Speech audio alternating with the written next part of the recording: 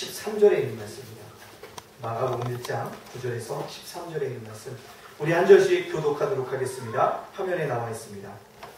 그때 예수께서 갈릴리 나사렛으로부터 와서 요단강에서 요한에게 세례를 받으시고 곧 물에서 올라오실 때 하늘이 갈라지며 성령이 비둘기 같이 자기에게 내려오심을 보시더니 하늘로부터 소리가 나기를 너는 내 사랑하는 아들이라 내가 너를 기뻐하노라 하시니라.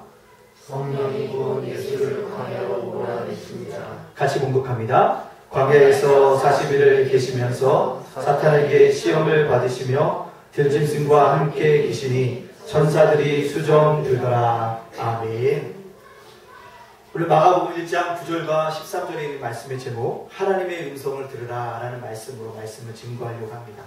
우리 앞뒤 옆 사람과 이렇게 인사해 보겠습니다. 성도님은 매우 존귀한 자입니다 라고요. 시작. 성도님은 매우 존귀한 자입니다. 아멘.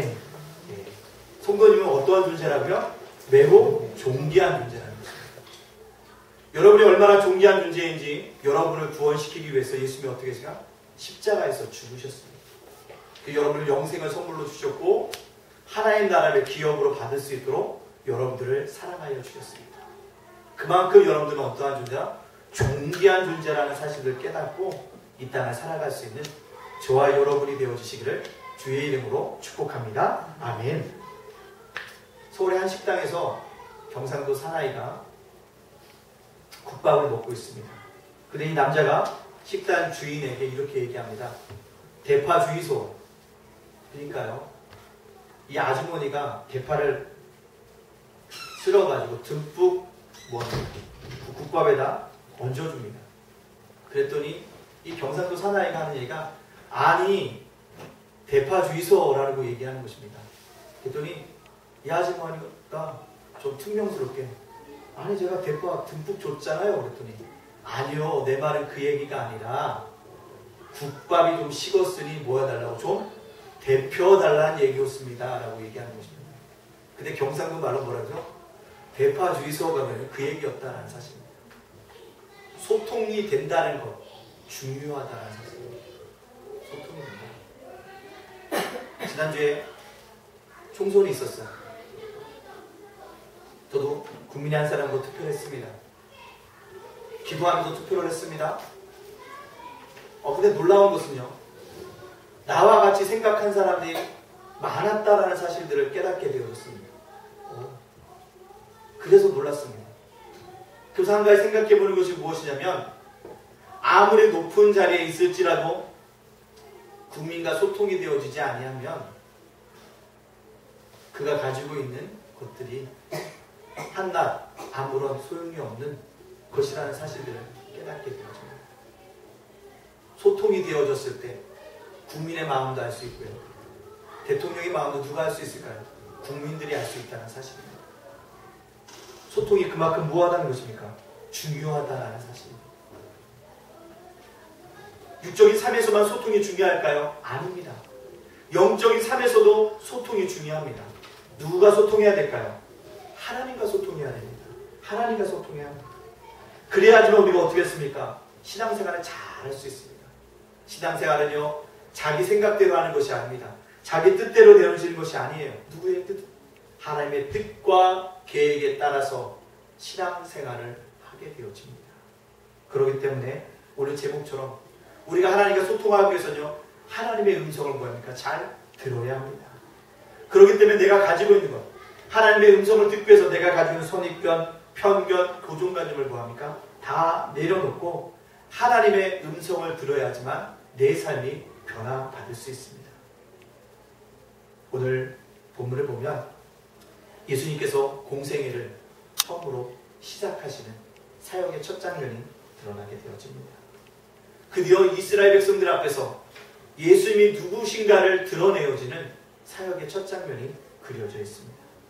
그런데 무엇보다도 오늘 말씀을 잘 보면 그가 첫 사역을 시작하는데 하나님과 소통하면서 먼저 시작하고 있다는 사실들을 볼 수가 있습니다. 이함께 모든 가족 여러분들, 오늘 본문 말씀을 통해서 하나님과 소통하기 위해서 하나님의 음성을 듣는 것이 무엇인지 깨닫는 귀한 시간들이 되어지기를 간절히 소원합니다. 첫째는 오늘 말씀 속에 보니까요, 세례 받으시는 예수님의 모습이 나타나고 있습니다. 뭘 받으시는 예수님이요? 세례 받으시는 예수님. 우리 9절에 있는 말씀 다 같이 한번 읽어보도록 하겠습니다. 시작. 그때 예수께서 갈릴리 나사렛으로 와서 요단강에서 요한에게 세례를 받으시고, 아멘. 복음의 최초의 증인이 누구였다고 했습니까? 세례 요한이라고 했습니다. 세례 요한은 예수를 가르쳐서 뭐라 합니까? 나는 그의 신발끈 매기도 감당하지 못할 사람이라고 고백했던 그 사람입니다. 오늘 그에게 예수님이 뭐합니까? 세례받으러 나오고 계시고 있습니다. 요한의 세례는요, 물세례라고 얘기했습니다. 회개의 세례라고 말씀하셨습니다. 하지만 예수님은 회개의 물세례를 받으실 필요가 없는 귀한 분입니다. 그런데도 불구하고 왜 굳이 세례 요한의 물세례를 받으신 것일까요? 그것은요, 예수님이 하나님으로 온 것이 아니라 완전한 인간으로 이 땅에 왔다라는 사실들을 만방에 선포하기 위해서 세례를 받으신 겁니다. 나는 하나님이지만 어떤 존재는 완전한 인간으로 이 땅에 왔다. 그러기 위해서 세례를 받으셨습니다. 그대여 세례를 받고 올라가실 때 어떤 현상이 일어나게 되어집니까? 오늘 10절과 11절 말씀에 예수님이 세례를 받으신 주에 어떤 일이 일어난지 우리에게 말씀하고 있습니다. 우리 10절과 11절 말씀 다 같이 한 목소리로 읽어보도록 하겠습니다. 시작.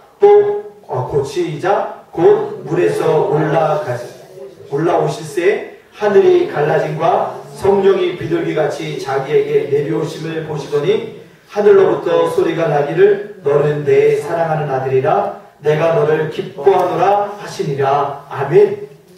뭐 했다고요? 하늘이 갈라졌다고 얘기합니다. 성령이 비둘기같이 뭐합니까? 임하게 되어집니다. 형상화됐습니다. 그 다음에 제가 가장 중요하게 생각하는 것은 그 다음 구절입니다. 하늘로부터 소리가 나서 뭐라고 합니까? 너는 누구라고요? 내 사랑하는 아들이라고 말씀하셨습니다. 세례받으신 예수님께 일어난 세 가지 기적이었습니다.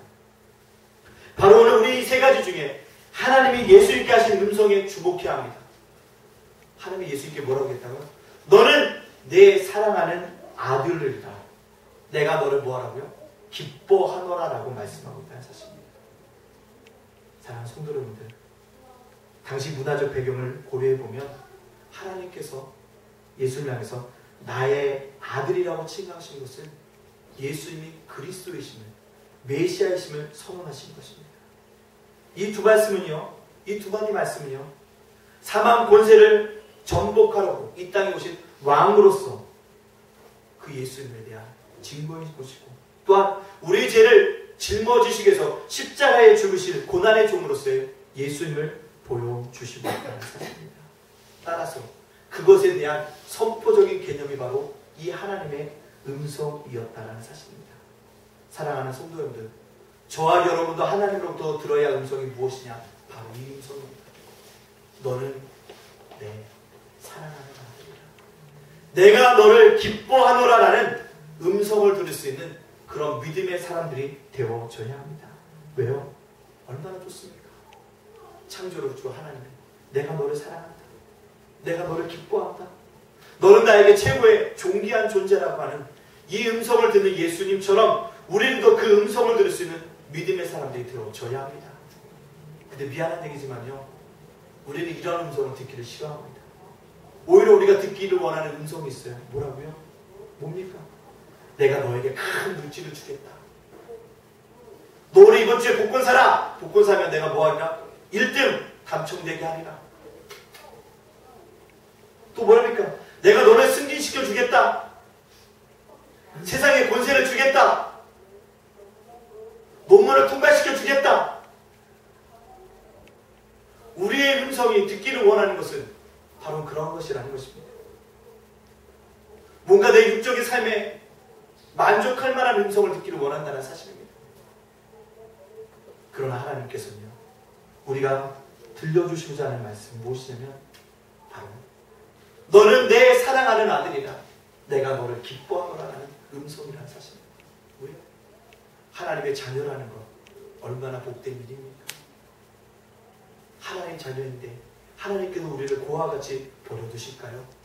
결코 그렇지 않으실 것입니다. 하나님의 자녀인데 때를 따라 돕는 데가 임하지 않겠습니까? 임하게 되어질 것입니다. 힘들고 어려운 가정을 걷고 가시는데 혼자 걸어가려고 하실까요? 아닙니다. 분명히 그 걸음걸음과 붙잡아 주실 것입니다.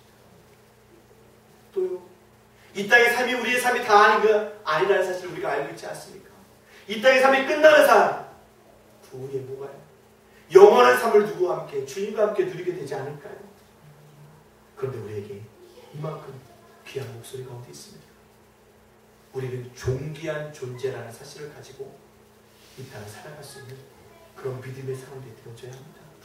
스바냐 3장 17절에 뭐라고 얘기합니까? 우리 다 같이 한번 읽어볼까요? 스바냐 3장 17절 말씀입니다. 시작! 너희 하나님 여호와가 너희 가운데 계시니 그는 구원을 베푸실 전능자이시라. 그가 너를 말미암아 기쁨을 이기지 못하시며 너를 잠잠히 사랑하시며 너로 말미암아 즐거이 부르며 기뻐하시리라 하리라. 아멘. 하나님은 여러분과 각자 한 사람을 차별하지 않고 사랑하십니다. 부족하고 모자라 보인다 할지라도 더 큰 사랑을 주시는 분이 하나님이십니다. 우리는 그러기 때문에 그 사랑을 받은 존재이기 때문에 이 땅을 살아가는 동안에 내가 어떤 존재로서 살아가는지 분명하게 인식하며 살아갈 수 있는 그런 믿음의 사람들이 되어져야 합니다. 여러분, 저와 여러분이요, 미운 오리 새끼가 아니에요. 백조인 것입니다. 어느 농장의 주인이 어느 날 나가봤더니요, 백조가 알을 낳았어요. 근데 이게 백조 알인지 모르고 주인이 어디다 놉니까? 자기가 키우는 오리에 던져놓잖아요. 오리가 열심히 품습니다. 백조가 태어났는데요, 자기는 오리인 줄 알고 살아가요. 늘 다닐 때 오리처럼 어때요? 뒤뚱뒤뚱거리고 살아갑니다. 어느 날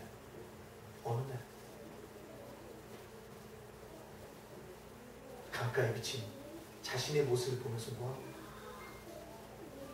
날아오르잖아요. 그때 비로소 백조는 어떻게 됩니까?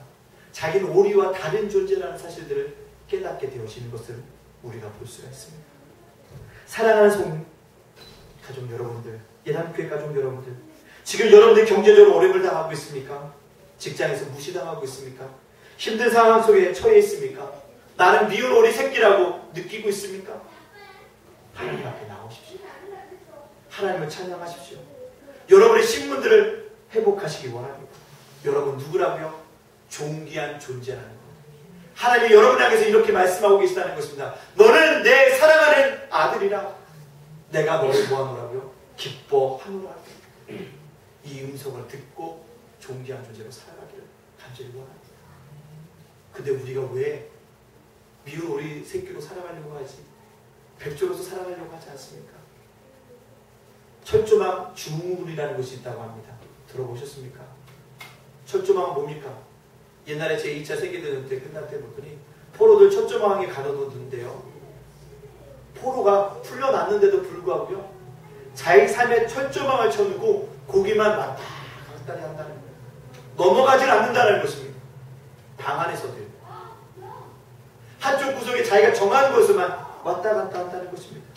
자유를 누릴 수 있음에도 불구하고 자유를 누리지 못하는 철조망주 포로들에서 나타났다는 사실입니다. 이것을 통해서 알려주는 것이 무엇입니까? 옛 습관, 옛 체질이요, 그만큼 무섭다는 것입니다. 한복 내 몸에 맨 옛 습관, 옛 체질은요, 바꿔주기가 어렵다는 것입니다. 그러나 여러분들 복음으로 여러분의 선입견, 습관, 체질을 바꾸셔야 합니다. 그럴 때 우리는 어떻게 해요? 하나님의 자녀로서 멋지게 날아 올라갈 수가 있다는 사실입니다. 성어스들이 하나님의 사랑에 대해서 뭐라고 얘기합니까? 하나님이 나를 사랑하시는데 나 하나밖에 사랑하지 않는 것처럼 뭐하고 사랑하시고, 이 땅에 나 한 사람만 존재하는 것처럼 나를 위해서 예수님을 보내주셨던 그 큰 사랑이 나를 변화시켰다는 걸 고백합니다. 이 땅을 살아갈 때요, 우리도 그런 마음을 가져야 합니다. 수많은 사람이 있지만 나만 주님이 사랑하신다는 분명한 믿음의 고백들을 가지고 살아가십시오. 나만 존재하는 것처럼 나를 향해서 폭풍과 같이 부어주시는 그 하나님의 사랑이 있다는 사실을 깨닫고 살아가십시오. 그리고 그 음성을 들어야 합니다. 너는 내 사랑.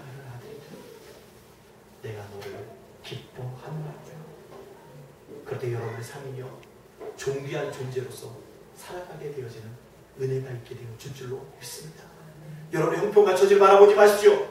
이제 여러분이 하나님의 음성을 듣고 존귀한 존재라는 그 신분을 얻은 자라는 것을 깨닫고 존귀한 자로서 세상에서 당당한 그리스도인으로서 믿음의 사람으로 살아갈 수 있는 저와 여러분이 되어지기를 간절히 바랍니다. 두 번째 장면은 뭐가 나옵니까? 광야에서 시험 받으시는 예수님이에요. 우리 12절과 13절 말씀 다 같이 한번 읽어볼까요? 시작. 성령이 곧 예수를 광야로 몰아내신지라. 광야에서 40일을 계시면서 사탄에게 시험을 받으시며 들짐승과 함께 계시니 천사들이 수종 들더라. 아멘.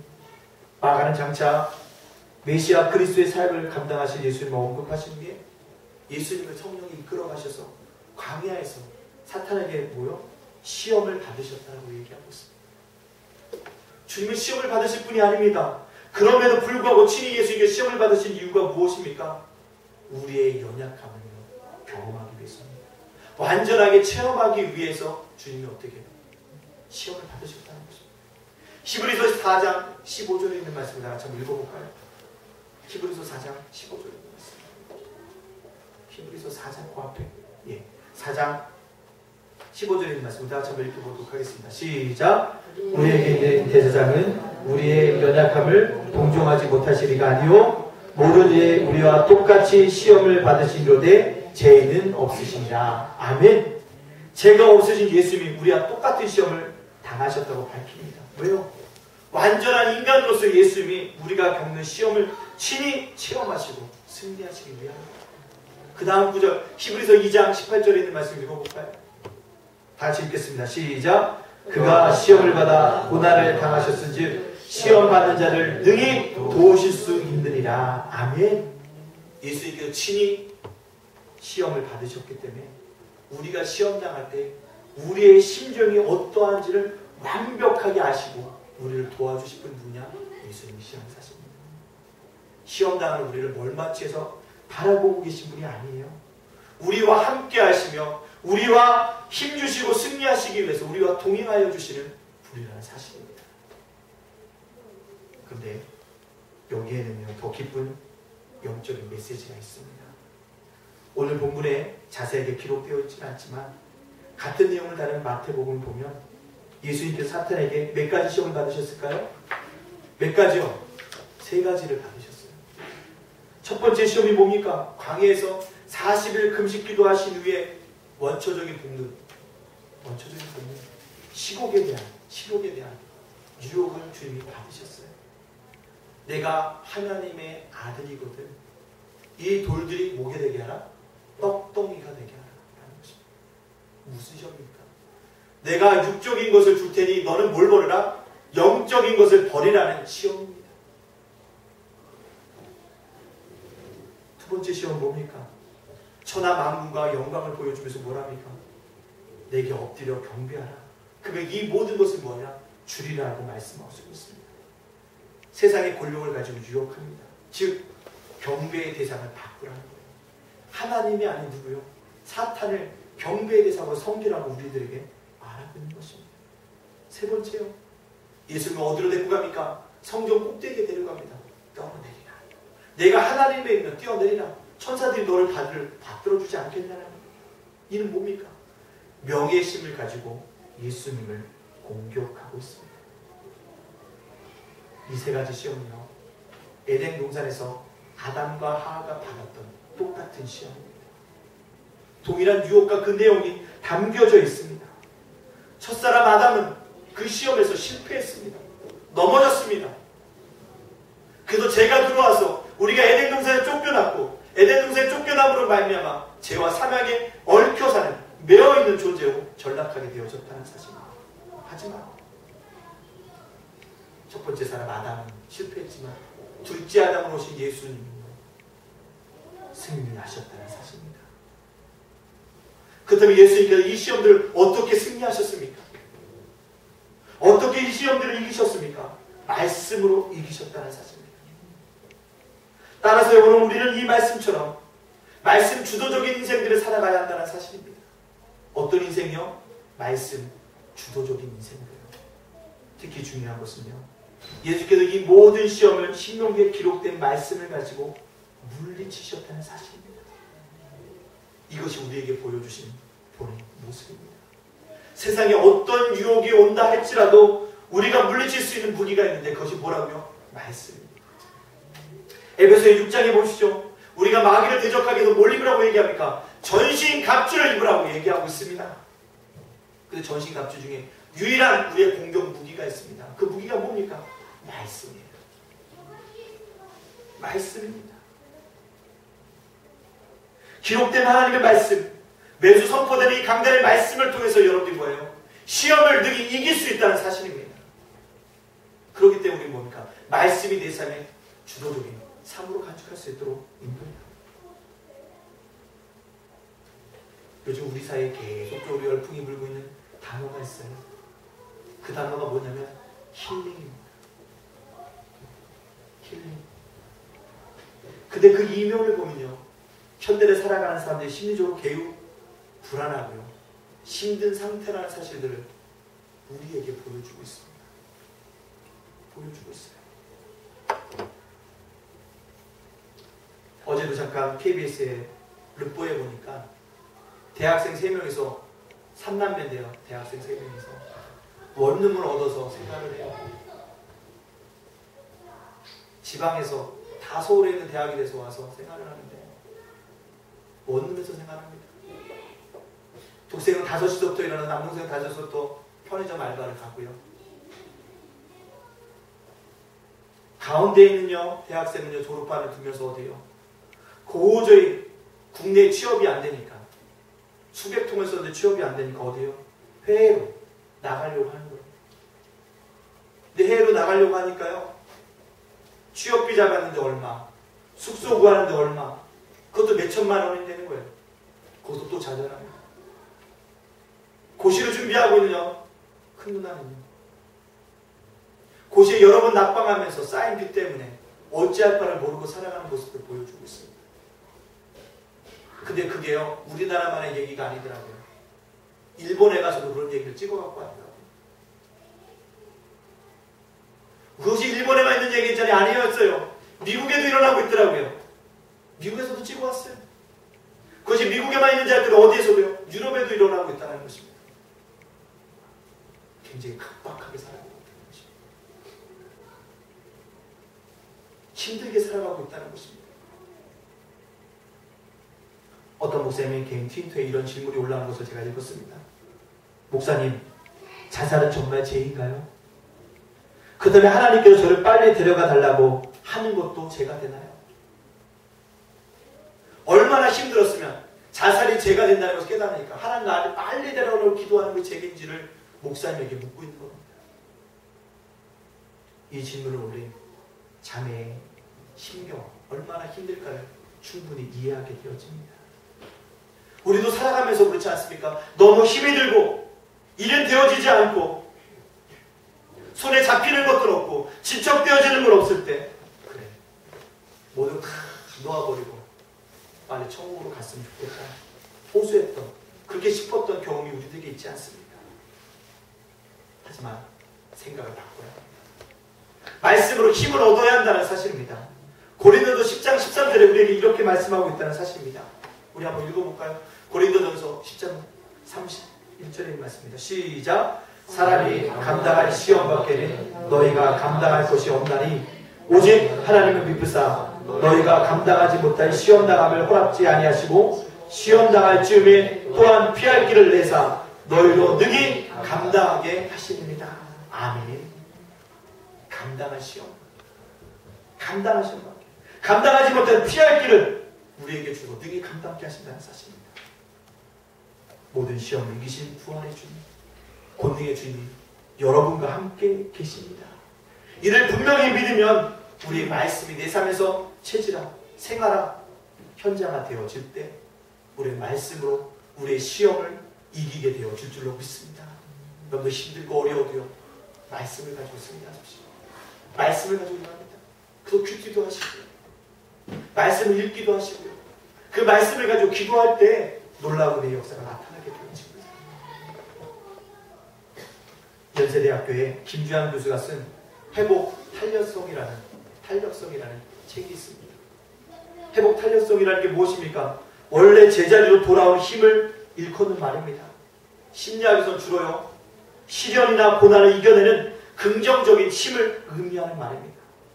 근데 이 책에서 성공을 이렇게 정의하고 있습니다. 뭐라고요? 성공이라는 것은 실패나 좌절이 없는 사람이 누리는 것이라기보다는 역경과 시련을 잘 극복해낸 사람들에게 주어지는 선물과 같은 것이라고. 아주 의미 있는 말입니다. 아무리 내 인생이 밑바닥으로 떨어져 있다 할지라도 튀어오르는 힘을 얻으면 뭐 할 수 있다는 거예요? 다시 회복되어질 수 있다는 것입니다. 그 성공을 하면서 달려나갈 수 있다는 것입니다. 회복 탄력성. 우리에도 회복 영적인 탄력성이 있어야 합니다. 그 탄력성이 무엇입니까? 하나님의 음성을 듣는 것입니다. 말씀을 두 사람의 음성을 듣는 것입니다. 기도를 두 사람의 말씀을 듣는 것입니다. 찬양 두 사람의 음성을 듣는 것입니다. 성도들과 교제를 통해서 하나님의 음성을 듣는 것입니다. 그럴 때 여러분들 다시 한번 영적으로 회복해서 다 오를 수 있다는 사실입니다. 하나님의 말씀을 언약으로 붙잡는 삶을 살게 되어지면 여러분들 다시 회복되어집니다. 다시 뛰어오를 수 있습니다. 그 은혜를 가지고 우리는 살아가야 합니다. 히브리서 11장에 보시죠. 믿음의 선진들, 믿음의 참편들에 대해서 우리가 쭉 언급하고 있지만 그들이 하나같이 잘 되었냐? 요셉은 졸지에 노예로 팔려가기도 했고, 다윗은 억울하게도 쫓겨다녔지만 실망하지 않았습니다.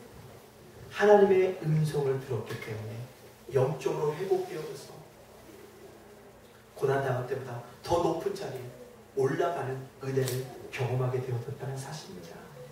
사랑하는 성도 여러분들, 영적인 회복 탄력성을 우리가 소유하기를 간절히 원합니다. 그러기 위해서 누구의 음성을 듣자고요? 하나님의 음성을 듣는 자가 됩시다. 이번 한 주간 살아가면서 하나님의 음성을 듣고 하나님과 소통함으로 말미암아 영적으로도 튀어오르는 회복의 은혜를 누리시고요, 육적으로도 하나님께서 주시는 놀라운 회복의 은혜를 경험하여 함으로 말미암아 독수리 날개쳐 오름같이 하늘 높이 올라갈 수 있는 저와 여러분의 삶이 되어주시기를 주님의 이름으로 축복합니다. 아멘. 이 시간 우리 함께 기도하기 원합니다. 주님, 하나님의 음성을 들어야 합니다. 하나님의 음성을 들어야 합니다. 주님, 그럴 때 우리가 힘들고 어려운 가운데도 존귀한 잘하는 생각들을, 자아식을 깨닫게 되어지고, 우리가 하나님의 음성을 들을 때 말씀 가지고 이 땅 속에서 회복의 은혜를 누리며 살아가지 않습니다. 날마다 우리의 삶 속에서 그 은혜를 경험하며 살아갈 수 있는 귀한 믿음의 자녀들, 믿음의 백성들 다 되어지도록 역사하여 주시옵소서라고 이 시간에 주님 앞에 결단의 기도를 올리면서 담대히 나가도록 하겠습니다. 함께 기도하겠습니다. 사랑의 하나님, 감사하신 하나님 감사합니다.